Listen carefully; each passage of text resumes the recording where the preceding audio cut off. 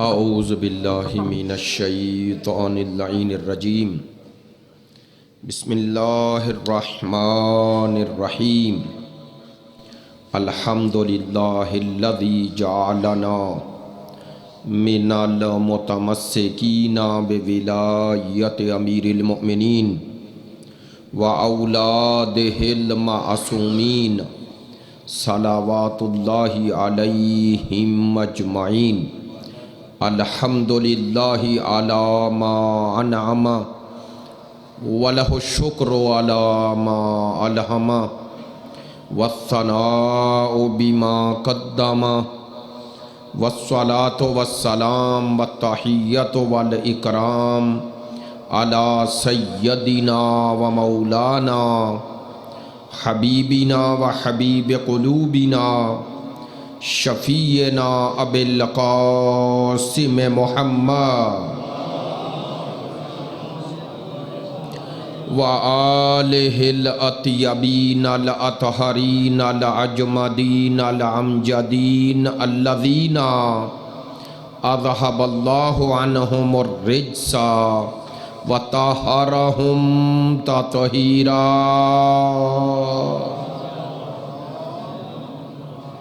واللعنۃ الدائمۃ علی منکری فضائلہم وغاصبی حقوقہم من الآن الی قیام یوم الدین اما بعد فقد قال رسول اللہ صلی اللہ علیہ وآلہ وسلم من مات ولم یعرف امام زمانہ فقد مات میتۃ جاہلیہ۔ بسم اللہ الرحمن الرحیم ربی شرح لی صدری ویسر لی امری واحلل عقدۃ من لسانی یفقہوا قولی۔ ان اللہ وملائکتہ یصلون علی النبی یا ایہا الذین آمنوا صلوا علیہ وسلموا تسلیما۔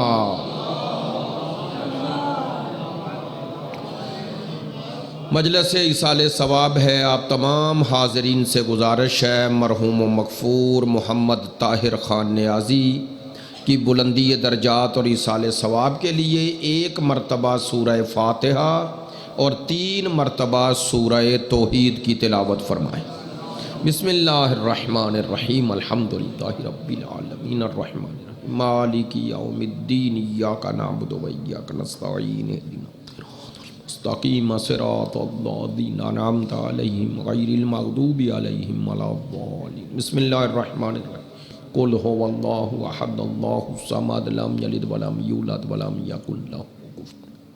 بسم اللہ الرحمن الرحیم قل هو اللہ احد اللہ الصمد لم یلد ولم یولد ولم یکن لہ۔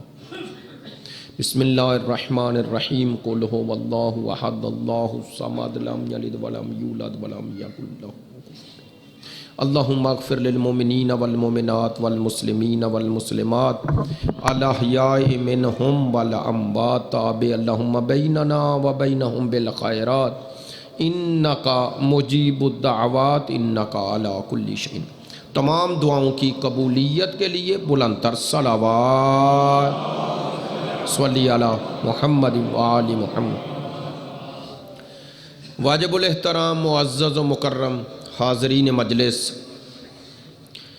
محبان اہل بیت، پیروان مکتب ولایت، عاشقان مکتب شہادت، وقت کی نزاکت کا خیال کرتے ہوئے اذان کا وقت میں تھوڑا ہی ٹائم باقی ہے، ایصال ثواب کی مجلس ہے۔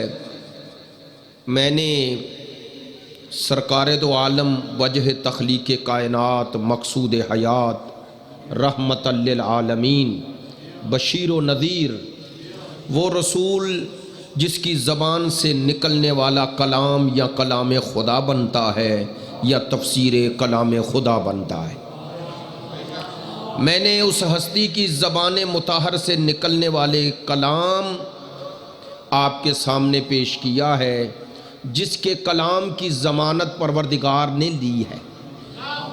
وما ينطق عن الهوى ان هو الا وحی یوحی، یہ نطق ہی نہیں کرتا، کلام ہی نہیں کرتا، یہ وہی کہتا ہے جو وہی کہتی ہے۔ اس زبان کے کلام کو پیش کیا ہے، اور الحمدللہ حدیث جو موضوع سخن قرار دی ہے، یہ حدیث پوری ضمانت کے ساتھ الحمدللہ میرے پیش نظر اس تمام کتابیں موجود ہیں جن کتابوں میں یہ حدیث موجود ہے۔ کم از کم 60 سے 70 اہل سنت کتب میں یہ حدیث موجود ہے۔ لہٰذا حدیث جس طرح اہل سنت کے ہاں معتبر ہے، اہل تشیع کے ہاں معتبر ہے، یعنی شیعہ سنی دونوں مکتب، دونوں مذہب اس حدیث کو حدیث رسول ہی کہتے ہیں۔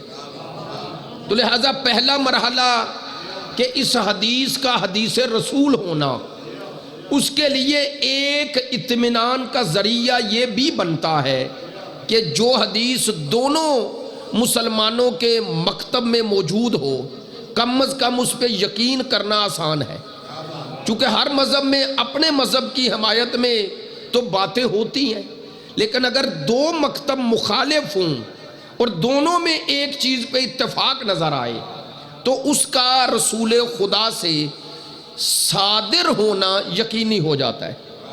ایسا ہی ہے حدیث کا سرکار سے صادر ہونا، سرکار کی زبان مطہر سے جاری ہونا، اس میں کوئی شک و شبہ نہیں ہے۔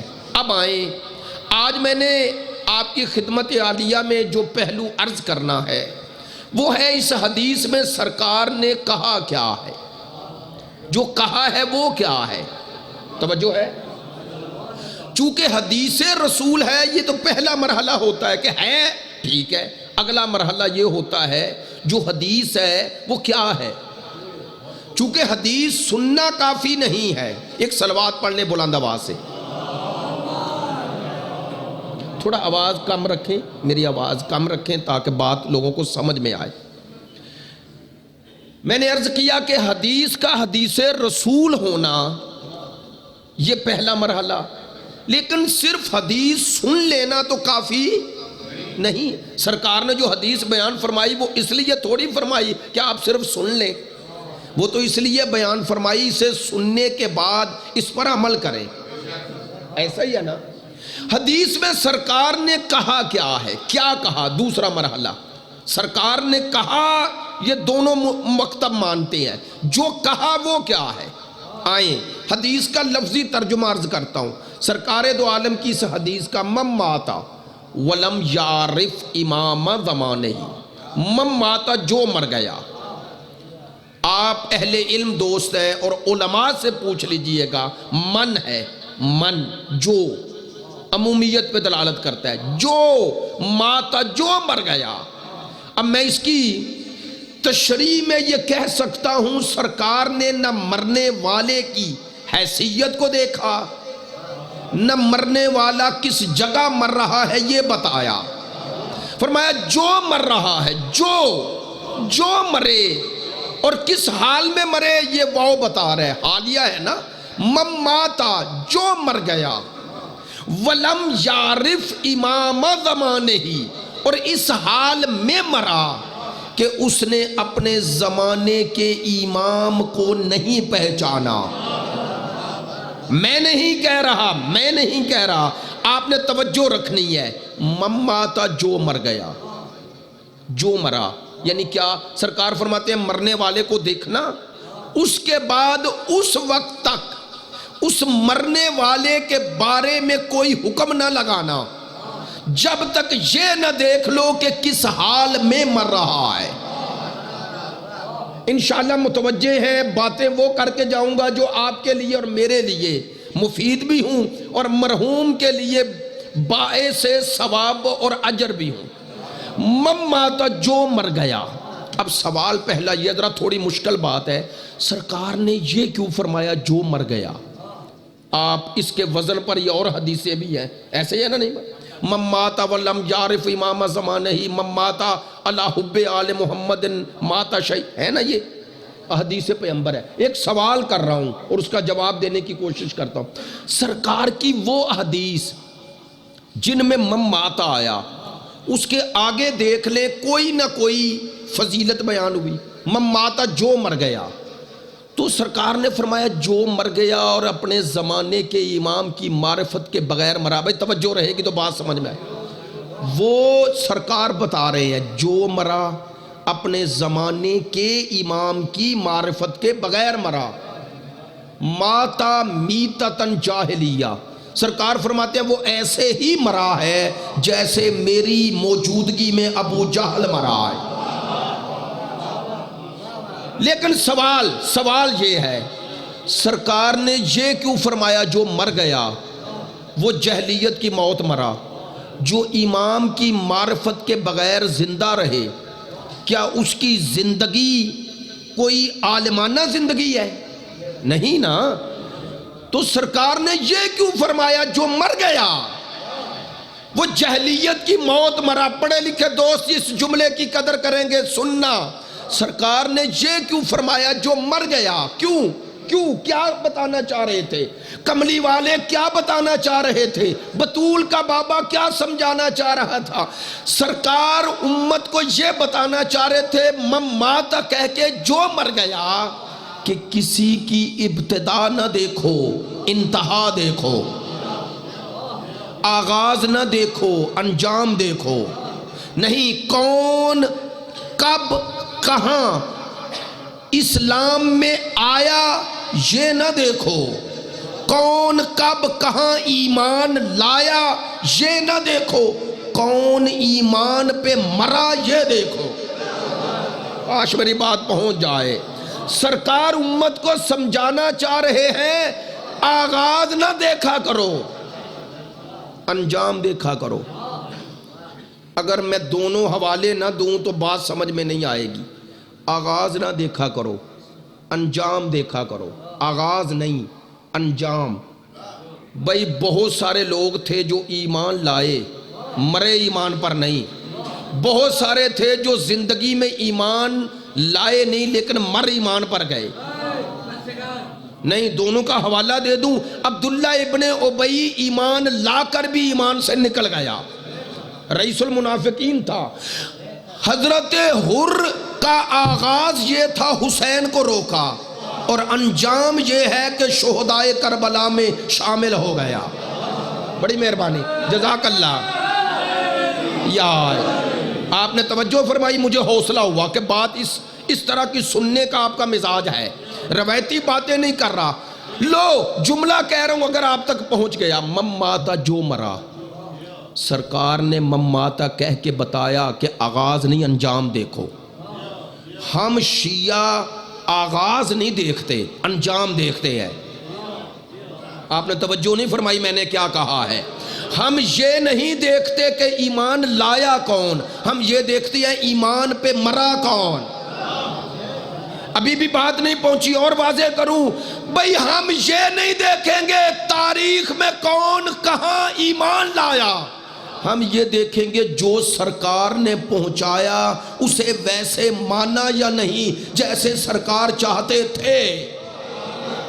اگر ابھی بھی بات نہیں مکمل ہوئی تو اور واضح کروں، ہم دیکھیں گے بعثت کے بعد کون کون ایمان لایا، ہمیں غرض نہیں، لائے لوگ لاتے رہے۔ ہاں اگر بعثت کے بعد مکی زندگی سے گزر کر مدینے آ گیا اور سرکار کے ساتھ آیا، مدینے میں آ کے جنگیں شروع ہوئی، ہم دیکھیں گے کس جنگ میں کیسا رہا۔ آپ توجہ فرما رہے ہیں؟ ہم یہ دیکھیں گے کون کہاں کیسا کھڑا رہا۔ اور بات واضح کروں، سرکار کی مدنی 10 سالہ زندگی میں قدم قدم پر دیکھیں گے کس نے کہاں کتنی سرکار کی بات کیسے مانی ہے۔ ہائے ہائے ہائے، ہم دیکھیں گے جنگ احد میں دیکھیں گے، جنگ خیبر میں دیکھیں گے، جنگ بدر میں دیکھیں گے، حنین میں دیکھیں گے۔ ہم دیکھتے دیکھتے آگے بڑھیں گے، جہاں تلوار چلانا تھی تلوار چلائی یا نہیں چلائی، یہ میدان میں کرار نظر آیا یا فرار نظر آیا۔ ہم دیکھیں گے جہاں تلوار چلانے کا موقع تھا اس کی تلوار نظر آئے، جہاں سرکار تلوار رکھ کے سلو کر لے اس کی زبان پہ اعتراض نظر نہ آئے۔ ہائے ہائے ہائے ہائے، میری بات پہ توجہ ہے؟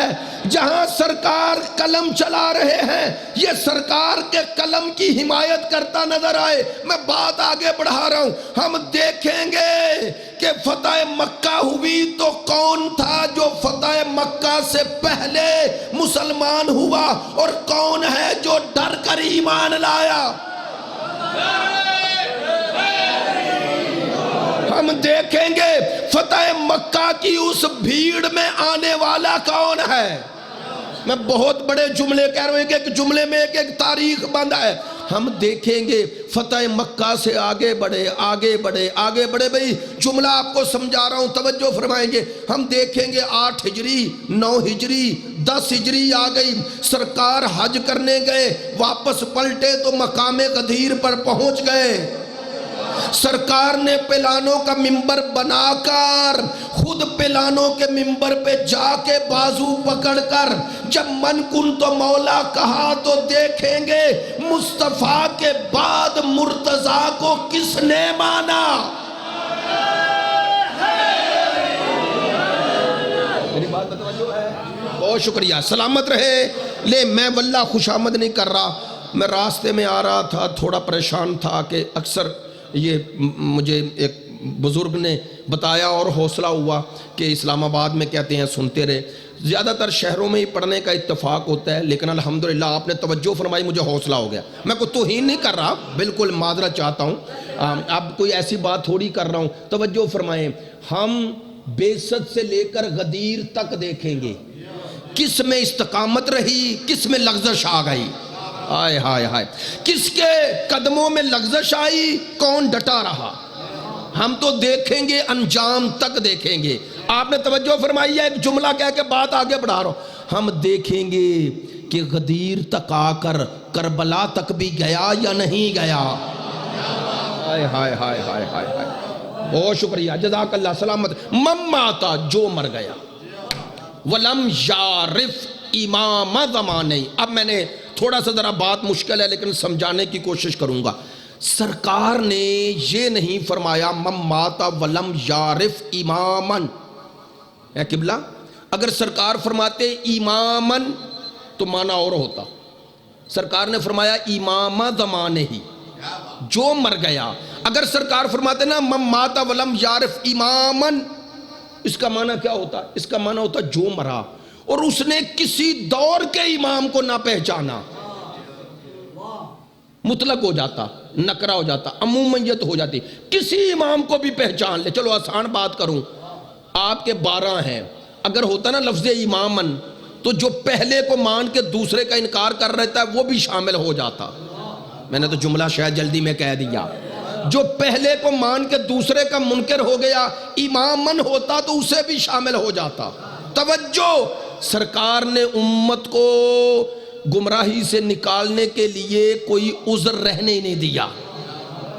من مات ولم یعرف امام زمانے ہی، فرمایا جو مرا اور اس نے مطلق امام نہیں، ہر دور کے امام کی نہیں، کسی دور کے امام کی نہیں، جس زمانے میں رہ رہا ہے اسی زمانے کے امام کی معرفت حاصل نہ کی۔ یعنی جس کی زندگی میں مثلا آج اگر 12ویں کی امامت میں زندگی گزار رہا ہے، توجہ ذمہ داری سے کہہ رہا ہوں، جو 12ویں کی امامت میں زندگی گزار رہا ہے، 11 کو مان بھی لے اور 12ویں کا انکار کر دے تو 11 کی معرفت کوئی فائدہ نہیں دے گی۔ 11 کا اقرار فائدہ تب دے گا جب 12ویں کو بھی مانے۔ سرکار نے فرمایا امام زمانے ہی، جو مر گیا اور اس نے اپنے زمانے، زمانہ کہتے ہیں وقت، اپنے وقت کے امام کی معرفت حاصل نہ کی، وقت کے امام کی، زمانے کے امام کی۔ کاش میری بات پہنچ جائے۔ سرکار کے فرمان میں ایک لطافت ہے، امام زمانے، فرمایا زمانے کا امام، زمانے کا امام، یہ نہیں کہا زمان اس کا امام ہے، فرمایا وہ زمان کا امام ہے۔ کیا معنی اس کا؟ سرکار امت کو بتا رہے تھے زمانہ امام کا محتاج ہے، امام زمان کا نہیں۔ یعنی کیا؟ یعنی یہ دنیا امام کی محتاج ہے، یہ تب تک رہے گی جب تک وہ ہے، وہ ہونے میں اس کا محتاج نہیں۔ میری بات پہ توجہ ہے؟ یار یہ باتیں بھی سنا کریں تاکہ ہمیں حوصلہ ہو، اس طرح کی باتیں سنا کریں۔ یہ معرفت کی باتیں ہیں، سنیں، توجہ فرمائیں۔ من مات ولم یعرف امام زمانہ فقد مات میتۃ جاہلیہ، سرکار حکم لگا رہے ہیں جو مر گیا اور زمانے کے امام کی معرفت کے بغیر مرا، سرکار فرماتے ہیں وہ جہلیت کی موت مرا۔ پوچھ لیں علماء سے، جہلیت کی موت کا معنی کفر کی موت۔ علامہ مجلسی لکھتے ہیں وہ ظاہر میں کلمہ گو ہو کر بھی حقیقت دین سے نکل جاتا ہے، یہ ہے جہلیت کی موت۔ اب سوال یہ ہے، بے توجہ، میں نے مشکل باتیں ختم کر دی، جلدی جلدی نتیجہ دینے لگا ہوں۔ مجھے بتائیں یہ حدیث جب شیعہ اور اہل سنت دونوں میں ہے، پہلا سوال سرکار نے فرمایا جو مر گیا اور اس نے اپنے زمانے کے امام کی معرفت حاصل نہ کی، وہ کفر کی موت مرا، یعنی روح حقیقت کفر پر، ظاہر کلمہ گو ہو کر بھی دین روح دین حقیقت دین سے نکل گیا۔ ہم ہاتھ جوڑ کے پوچھ رہے ہیں یہ امام جس کے بارے میں سرکار نے حدیث میں بتایا ہے، امت بتائے یہ امام لوگ بنائیں گے یا اللہ بنائے گا؟ ہائے ہائے ہائے ہائے ہائے، آپ نے توجہ فرمائی ہے؟ بھئی سوال ہے جس امام کی معرفت کے بغیر مرنے والا کفر کی موت مرتا ہے، بتائیں وہ امام لوگ بنائیں گے یا اللہ؟ آپ کہہ رہے ہیں اللہ بنائے گا، سوال تو وہی ہے جو کہتے ہیں لوگ بناتے ہیں، اور بنائے بھی لوگوں نے بنائے یا نہیں؟ بھئی اپنے بنائے نا۔ لو بھئی وقت نہیں رہا، معذرت چاہتا ہوں، پر بات سمیٹ رہا ہوں اور انشاءاللہ آسان اور سادہ لفظوں میں پیغام دے کے جا رہا ہوں۔ 11 اماموں پر آپ کا اور ہمارا موقف ایک، امت سے ہٹ کے کہ اللہ بناتا ہے، ایسا ہی ہے۔ ہم نے 11 کو جو مانا تو کس کے بنائے ہوئے ہیں؟ اللہ کے۔ 12ویں پر ہمارا عقیدہ وہی ہے جو 11 پر تھا، ایسا ہے یا نہیں؟ ایسا ہی ہے۔ لو آج جملہ کہہ رہا ہوں دلے والا میں، 12ویں پر ہمارا جو عقیدہ تھا نا کہ اللہ بناتا ہے، 11 سے چلا آ رہا تھا 12ویں تک، پہلے سے لے کر، خدا کی قسم 12ویں نے آنے سے پہلے پوری امت سے یہ منوا لیا ہے۔ آپ کو حیران ہونا چاہیے، میں دلیل دوں گا تو آپ کے لیے واضح ہو جائے گا۔ ایک صلوات پڑھ لیں بلند آواز سے۔ میری طرف متوجہ ہیں؟ بات کروں، آپ میری طرف رہیں گے؟ یہ بچے کو بٹھائیں نا یار، ٹائم پہلے ہی کم ہے، بٹھائیں اس کو نیچے۔ آپ میری طرف دیکھیں گے تو بات سمجھ میں آئے گی۔ ہاں چونکہ اتنی دور سے سفر کیا ہے، ایک طرفہ سفر 400 کلومیٹر ہے، اور آپ اس طرح بے دکھائیں گے تو میرے لیے بڑا مشکل ہو جائے گا۔ ہاں میرے لیے بڑا مشکل ہو جائے گا اس طرح بات کرنا۔ آپ متوجہ رہیں یار، میں پوری محنت کر کے آیا ہوں، میری بات ضائع نہ کریں، معذرت چاہتا ہوں، میرے ساتھ رہیں۔ ہاں ایک صلوات پڑھیں۔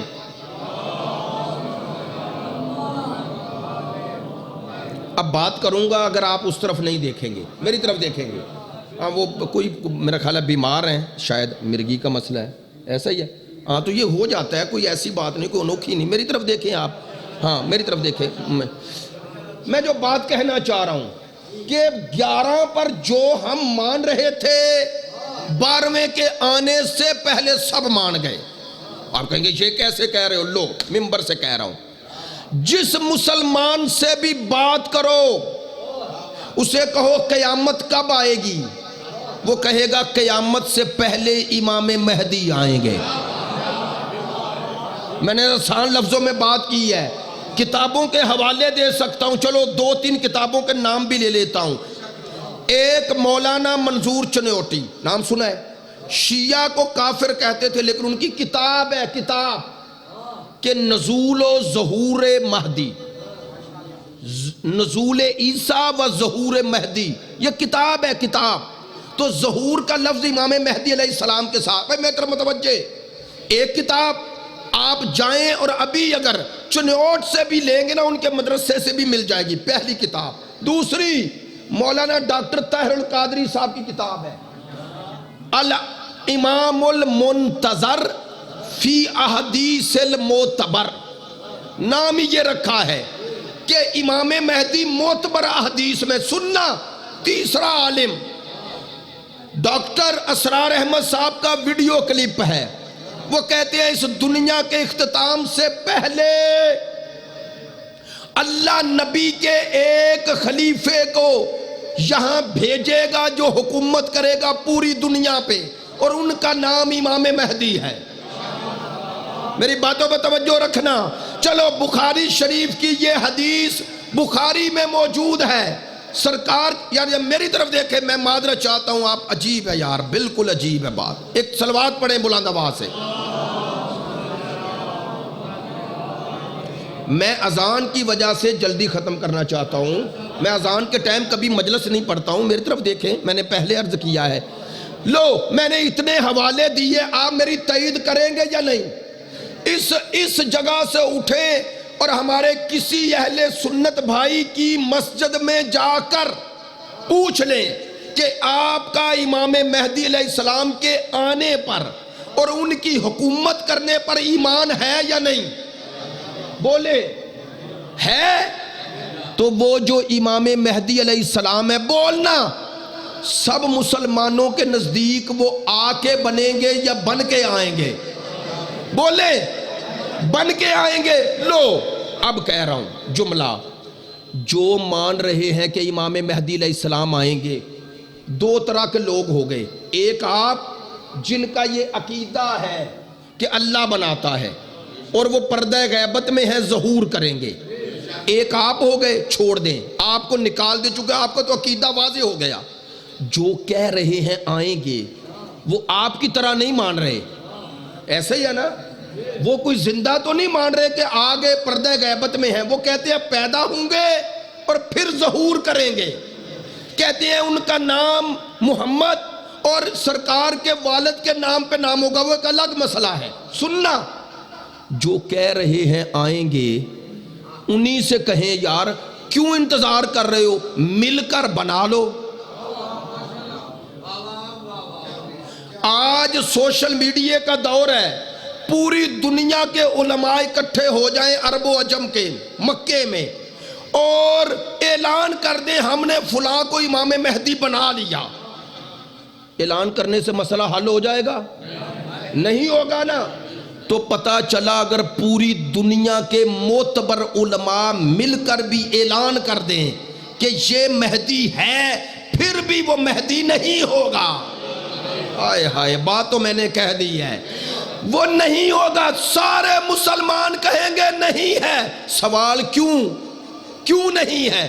کہیں گے اس لیے کہ اس کے آنے کا اعلان 1400 سال پہلے مصطفیٰ کر گئے، اور سرکار نے اس کے آنے کی نشانیاں بھی بتا دی۔ کیا سرکار نے فرمایا جب آئیں گے تو دیوار کعبہ سے ٹیک لگا کر، بعد نے کہا کعبے کی چھت پہ کھڑے ہو کر اپنی امامت کا اعلان کریں گے، اور کہتے ہیں روایات میں ہے وہ اعلان ہوگا مکے میں، لیکن پوری دنیا کا کونے کونے میں وہ صدا جائے گی۔ تو آ کر امام مہدی علیہ السلام اپنے امام ہونے کا اعلان کریں گے۔ اعلان کیا ہی اس کا جاتا ہے جو پہلے ہو۔ لے میں آسان جملہ کہوں تاکہ میرا آخری جملہ آپ تک پہنچ جائے۔ اس مجلس کا اعلان پہلے نہیں ہوا، پہلے مجھ سے رابطہ ہوا، پہلے ذاکرین سے رابطہ ہوا، ایسے ہی ہے نا؟ یہ نعیم بھائی نے رابطہ کر کے تاریخ طے کر کے پھر اشتہار چھپوایا۔ تو اشتہار کیوں تھا؟ اشتہار تھا اعلان کس شے کا کہ یہ مجلس فلاں دن ہے، مجلس میں کون کون پڑھے گا اسے دعوت بھی پہلے دی، طے بھی پہلے کیا۔ اس کا معنی کہ امام آ کر اعلان کریں گے، امام نہیں بنیں گے۔ آئے ہائے، وہ اعلان کریں گے۔ تو یہ جو امام کعبے کی چھت پہ کھڑے ہو کے اعلان کرے گا، پوری امت سے ہاتھ جوڑ کے پوچھ رہا ہوں، بتاؤ تم نے بنایا یا اللہ نے بنایا ہے؟ بہت شکریہ، توجہ نوجوان خصوصاً توجہ فرمائیں۔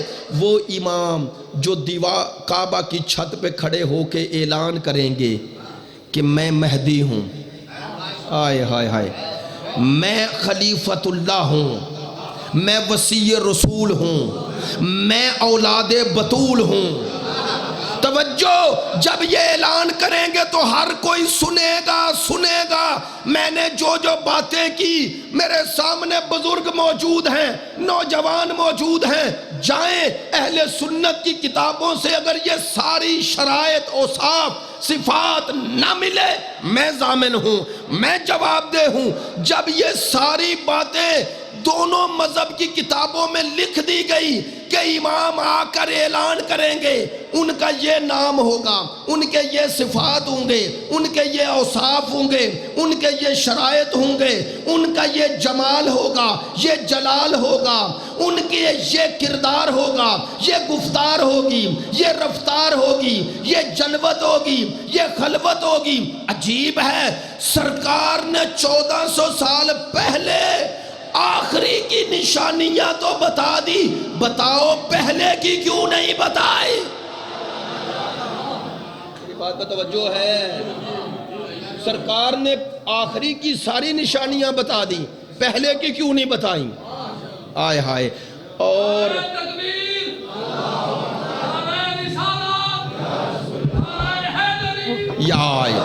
تھوڑا معاملہ ڈسٹرب ہو گیا، مجھے پتا ہے آپ بھی ذہنی طور پر، میں بھی ایک واقعہ ہو گیا، لیکن آپ متوجہ رہیں، جس مرحوم کے اصالِ ثواب کے لیے مجلس ہے، اور انشاءاللہ اس مومن کو، بھائی کو بھی انشاءاللہ پروردگار بحق محمد و آل محمد شفائے کاملہ عاجلہ عطا فرمائے۔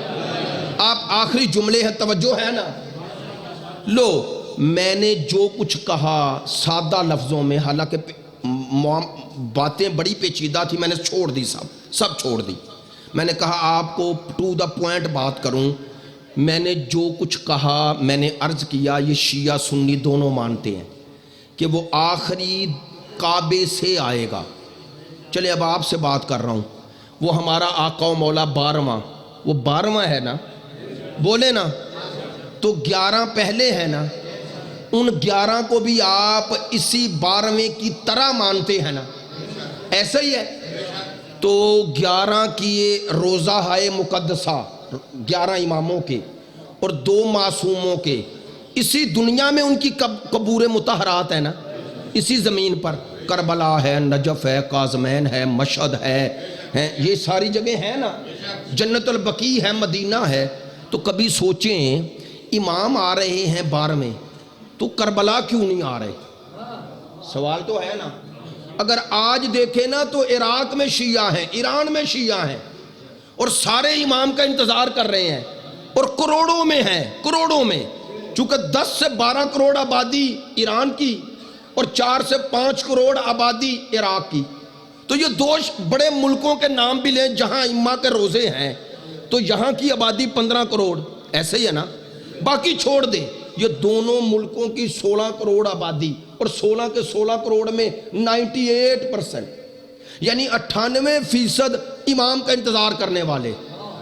تو امام اس ملک میں نہیں آ رہے، ویسے کہہ رہا ہوں، حکم تھوڑے لگا سکتا ہوں، سوال ہے نا۔ کربلا، نجف، کاظمین، مشہد، مولا آپ نجف، کاظمین، مشہد کیوں نہیں آ رہے؟ تو میرے مولا جواب دیں گے میں اپنی مرضی سے تھوڑا ہی آ رہا ہوں۔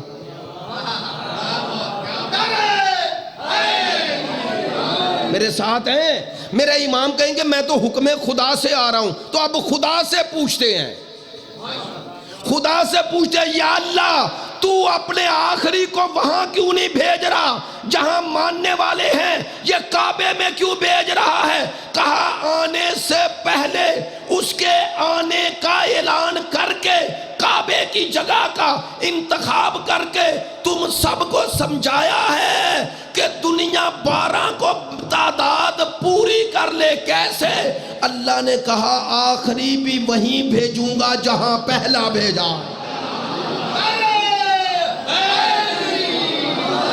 بڑی مہربانی، جزاک اللہ، سلامت رہیں۔ کہا آخری بھی وہیں بھیجوں گا جہاں، بس اتنا فرق ہے۔ کہا پہلے کو کعبے میں بھیجا، آخری کو کعبے پر بھیجوں گا۔ سننا میری بات سننا، جب کسی کے ہاتھ سے سرا نکل جائے نا، سرا نہ سرے سے ملتا نہیں، جب تک پتہ نہ چڑھے پہلا کیا ہے آخری کیا ہے۔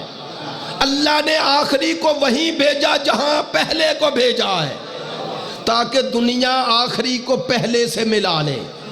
لو اب اگلا جملہ کہوں، 1 ارب 60 کروڑ، میری طرف متوجہ رہے، 1 ارب 60 کروڑ دنیا میں مسلمان ہیں، 1 ارب 60 کروڑ، اور ان میں 60 کروڑ شیعہ ہیں۔ 1 ارب وہ ہیں جن کا عقیدہ ہے امام لوگ بناتے ہیں،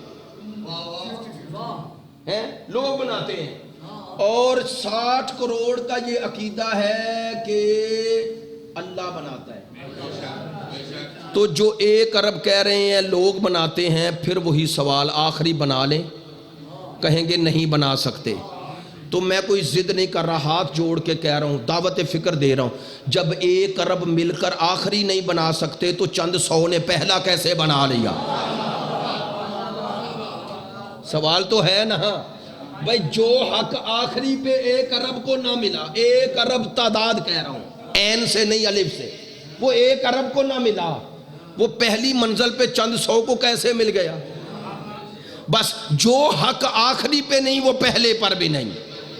من ماتا ولم یعرف امام زمانہ، جو مر گیا اور اس نے اپنے زمانے کے امام کی معرفت حاصل نہ کی۔ معرفت کا معنی جاننا نہیں ہوتا، پہچاننا ہوتا ہے۔ جاننے اور پہچاننے میں اب اسی پر بھی ایک پوری گفتگو چاہیے۔ آسان لفظوں میں کہوں، اگر میں یہاں آیا ہوں، مجھے قبلہ صاحب ملنے آئے تو تعارف ہوا، یہ امام میں جماعت ہے، مسجد ہے، پیش نماز ہے، تو اتنا ہی اور ان کا نام، اس سے میں جان گیا کہ یہ کون ہے۔ یہ بھی مجھے جانتے ہیں میں کون ہوں، پہچانتے نہیں ہم کیا ہیں۔ میں نے ویسے یہ بات کی ہے، امام کو جاننا معرفت نہیں، پہچاننا معرفت ہے۔ تو پہچانے کیسے؟ پہچاننے کے لیے امام کا نام صرف جاننا کافی نہیں، امام کے صفات، امام کے اوصاف، امام کے فرمودات، امام کے ارشادات، امام کی سیرت و کردار، امام نے کیا کہا اور ہم سے کیا چاہا ہے۔ میری بات پہ توجہ ہے؟ اور خوش قسمت ہو، خوش قسمت، لو آخری جملہ کہہ رہا ہوں پڑھے لکھے دوستوں کے لیے، خوش قسمت ہو جن کے پاس ایک ایسا عقیدہ ہے، عقیدہ 11 اماموں اور سرکار کا دیا ہوا عقیدہ ہے، قرآن کا دیا ہوا عقیدہ ہے، کیا؟ کہ یہ ظلم کی دنیا میں بھی نا امید نہ ہونا۔ میں نے جملہ کہہ دیا ہے، نا امید نہ ہونا۔ یہ جتنی ظلمات نظر آ رہی ہیں، ان ظلمات پر ایک چراغ ہدایت غالب آ جائے گا۔ ہائے ہائے ہائے ہائے ہائے، اللہ نے ایک چراغ رکھا ہے جو غالب آ جائے گا۔ لیکن شرط کیا ہے؟ ہم آج تک سمجھ بیٹھے کہ امام کا ہم انتظار کر رہے ہیں۔ اب آخری جملہ کہہ رہا ہوں تاکہ ذمہ داری پوری ہو جائے، یہی غلط فہمی ہے۔ آپ کہیں گے یہ کیا غلط فہمی؟ ہم انتظار کر رہے ہیں، معذرت چاہتا ہوں، غلط فہمی کیا؟ ہم سمجھے ادھر سے ادھر والے کا انتظار ہے کہ آ جائے، اور ادھر والے کو کوئی انتظار نہیں۔ معذرت چاہتا ہوں، آپ اور میں یہ اگر سمجھے بیٹھے ہیں نا کہ 12ویں کو ہمارا انتظار نہیں، تو غلط ہے۔ انہیں ہمارا بھی انتظار ہے، کیا؟ ہمارا انتظار ہے کہ کب کون کربلائی بنے. میں نے جملہ کہہ دیا ہے, کون کربلائی بنے. ادھر والے کو انتظار ہے کہ کون کربلائی بنے. جب ہم کربلائی بن جائیں گے تو وہ وارث کربلا آ جائے گا.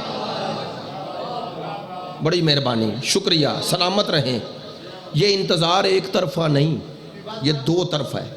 یہ دو طرف ہے جی, یہ انتظار ایک طرفہ نہیں, انتظار دو طرفہ. ایک جملہ اور کہتا ہوں. بزرگ آپ کی آنکھوں میں آنسو آ گئے, مجلس معنویت کی طرف چلی گئی, بہت ایک روحانی ماحول بن گیا, تو ایک جملہ کہتا ہوں. ایک جملہ اور کہوں, خدا کی پڑھا لکھا جملہ کہہ رہا ہوں, اپنی پوری ذمہ داری سے, علماء کا جملہ ہے.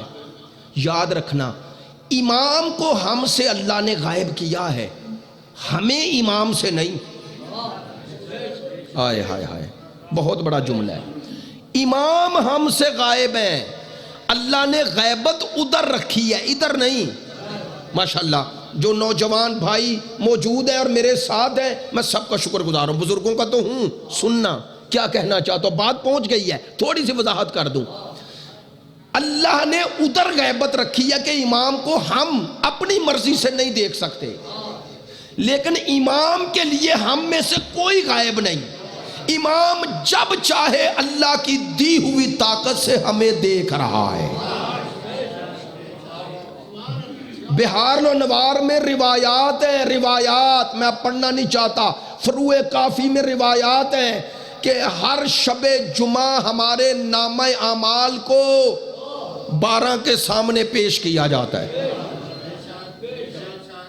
مجھے یاد ہے ایران میں ایک عالم دین بڑا خوبصورت جملہ فرما رہے تھے, آیت اللہ فاطمی نیا فرما رہے تھے کہ جب ہم اپنے امام سے غائب نہیں, کہتے ہیں یہ بھی جستجو اور یہ بھی جستجو قابل قدر ہے کہ ہم امام کو دیکھ لیں, لیکن کہتے تھے یہ یقین رکھو تم انہیں دیکھ پاؤ نہ پاؤ, وہ تمہیں دیکھ رہے ہیں. تو اب کیا کریں, کیا کریں, ہم کیا کریں جب امام ہمیں دیکھ رہے ہیں. آج کی مجلس کا آخری جملہ, کاش وقت ہوتا میں بہت سارے پہلو بیان کرتا, احادیث اور آیات پڑھتا, لیکن معذرت وقت اس طرح نہیں بچا, اور اذان کے ٹائم مجلس اصلاً مناسب نہیں, میرا مزاج ہی نہیں.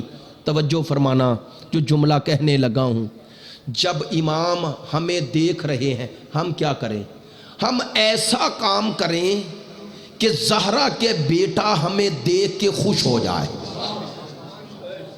مجھے ایران میں بڑا پیارا جملہ لگا, اور وہ عالم رو کے کہہ رہے تھے بطول کے بیٹے کو ہم نہ رلائیں, امت نے اس خاندان کو بڑا رلایا ہے. پتہ ہے ہم امام زمانہ کی غربت یعنی تنہائی, اور دوسرا امام زمانہ کی مظلومیت کو صحیح معنی میں سمجھ نہیں پاتے. معذرت چاہتا ہوں, سمجھ نہیں پاتے, چونکہ ہمارے ہاں ممبر سے پڑھا نہیں جاتا. چونکہ میرے ہم نام ذاکر صاحب آخری استغاثہ کر رہے تھے اپنے انداز میں, آؤ میں ایک جملہ کہتا ہوں اور زحمت ختم کرتا ہوں. کیا بتاؤں میرا 12واں کتنا مظلوم ہے, پوری ذمہ داری سے, ایک طالب علم ہوں لیکن پوری ذمہ داری سے کہہ رہا ہوں.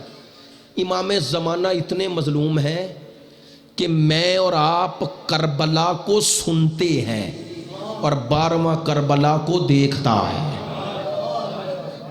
کاش میری بات پہنچ جائے. جی بالکل ایسا ہی ہے, بہت خوبصورت بات آپ نے کہی, میں اسی طرف یار جی ایسا ہی ہے. امام خود فرماتے ہیں, اے میرا جد حسین, میں آپ پر پانی نہیں روتا, خون روتا ہوں. سنیں گے.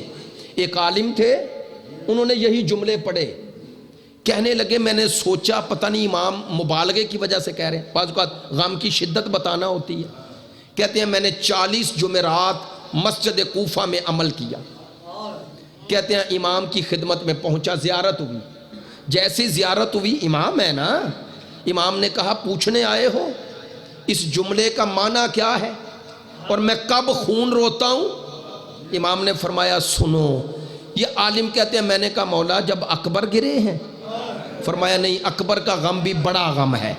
لیکن میں اور منظر کو دیکھ کے خون روتا ہوں۔ مولا جب آپ کے چچا حضرت قمر بنی ہاشم زین سے زمین پر آئے، فرمایا وہ بھی بہت بڑا منظر ہے، ہاتھ جوڑ کے کہہ رہا ہوں کون سا منظر ہے جو خون رلاتا ہے؟ کہا جب 70 قدموں پہ دادی کھڑی ہے،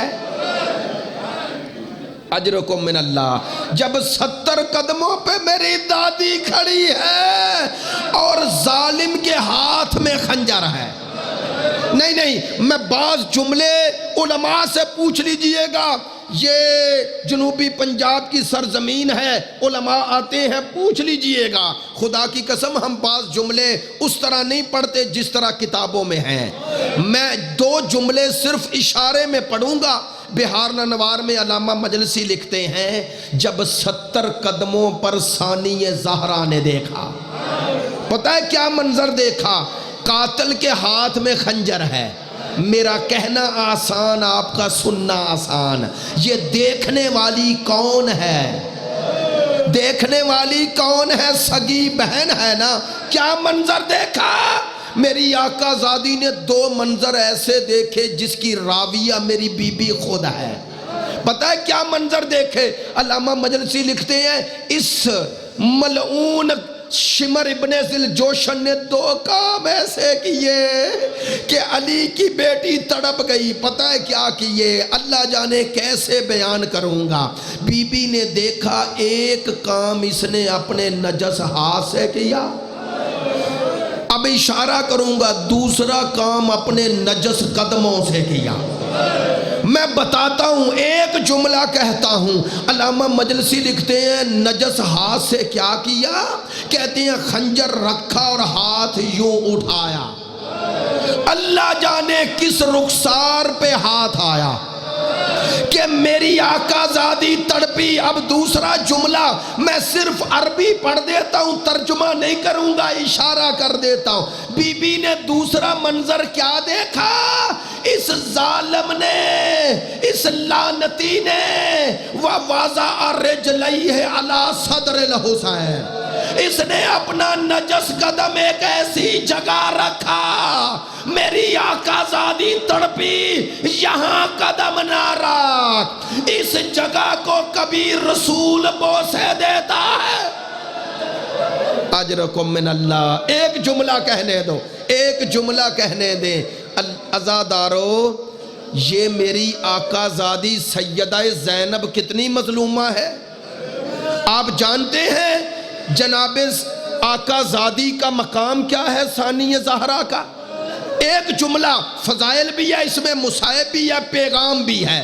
وہ جملہ ختم کر رہا تھا، آپ کی محبت میں یہ جملہ کہہ رہا ہوں۔ بتاؤں میری آقا، بیٹھ رہے، میری آقا زادی کا مقام کیا ہے؟ عرض کروں، میری آقا زادی کبھی بھی کربلا کو نماز کے مقابلے پہ نہ لانا۔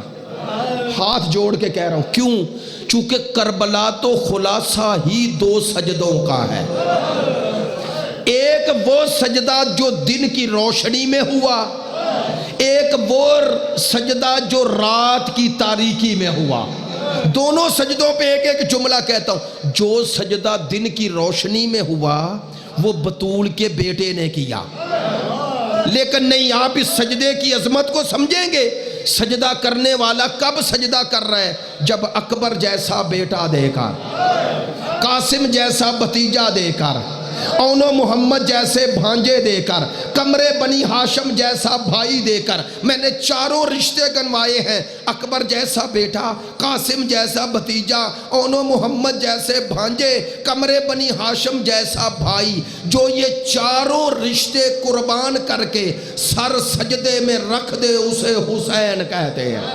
اب کہوں جملہ، زینب کسے کہتے ہیں؟ جو حسین بھی دے دے۔ اگلا جملہ کہوں، جو ماں زہرا کی چادر دے کر سر سجدے میں رکھ دے اسے ثانی زہرا کہتے۔ ایک جملہ کہوں گا، ثانی زہرا نے سجدہ کب کیا؟ کب کیا؟ عموماً ہمارے ہاں شب عاشور کے مصائب پڑھے جاتے ہیں۔ علماء سے پوچھ لیجئے گا، بی بی صرف شب عاشور نہیں کربلا میں رہی، بی بی اگلی شب جو 10ویں محرم کے بعد آئی، وہ بھی بی بی نے وہیں گزاری ہے. نہیں کیوں میں نے کہا, کیوں کہا؟ آپ کہیں گے باقی شبیں بھی تو گزاری. کیوں کہنا چاہتا ہوں, کیا کہنا چاہتا ہوں؟ سنو, یہ وہ شب کا ذکر کر رہا ہوں جس کی شام کا نام شام غریباں ہے. اجرکم من اللہ. جس کی شام کا نام شام غریب ہے. بس ختم کر رہا ہوں زحمت. یہ شب جب بی بی نے گزاری تو کیسے گزاری؟ سر پہ چادر نہیں ہے. نہیں ابھی بھی نہیں پہنچے ہو. سر پہ چادر نہیں. ابھی منظر اور بتاؤں, صرف سر پہ چادر نہیں نا, جلے ہوئے خیمے ہیں, حسین کے چھوٹے چھوٹے بچے ہیں. بی بی نے گلشن زہرا کے بکھرے پھولوں کو سمیٹا, بچوں کو سلایا, اور اب بی بی رات کو پہرا دینے لگی. ایک جملہ کہنا, ایک جملہ, میں شام غریبہ نہیں پڑھ رہا, ایک جملہ. بی بی پہرا دے رہی تھی کہ یہ رات گزر رہی تھی. جیسے ہی یہ رات آدھی رات سے ادھر ہوئی, ادھر سے ادھر ہوئی, تو میری آقا زادی نے گرم ریت پہ تیمم کیا. آپ یہ نہ پوچھئے گا نہر علقمہ بہ رہی ہے اور بی بی تیمم کیوں کر رہی ہے. جہاں اصغر کو 2 گھونٹ نہ ملے, وہاں کون میری آقا زادی کو وضو کے لیے پانی دے گا؟ بی بی نے گرم ریت پہ تیمم کیا اور بھائی کی وصیت پہ عمل کرتے ہوئے نماز تہجد ادا کر. اب نماز تہجد کیسے ادا کر رہی ہے ذرا سوچو. آؤ کربلا میں آ جاؤ. وہاں اکبر پڑے ہیں, سینے میں نیزے کی ینی کھا کے وہاں اکبر ہے, وہاں قاسم کا پامال شدہ لاشا ہے, وہاں انو محمد ہیں, نہر فرات کے قریب کمرے بنی ہاشم ہیں, ابھی بھی نہیں پہنچے. ایک نشیبی جگہ پر ایک لاشا ہے جس کا سر ساتھ نہیں ہے. ان بکھرے لاشوں میں علی کی بیٹی نماز تہجد پڑھنے لگی. علامہ ملبوبی الوقائع والحوادث میں لکھتے ہیں, میرے چوتھے امام فرماتے ہیں میں بھی نماز شب کے لیے اٹھا تھا, نماز تہجد کے لیے. کہتے ہیں پھپھی کے دونوں ہاتھ اٹھے. میرے امام کہتے ہیں میں چند قدم آگے کھڑا تھا, میرے کانوں میں پھپھی کی اللہ اکبر کی آواز نہ آئی. میرا امام کہتے ہیں میں پلٹا کہ خیریت ہو.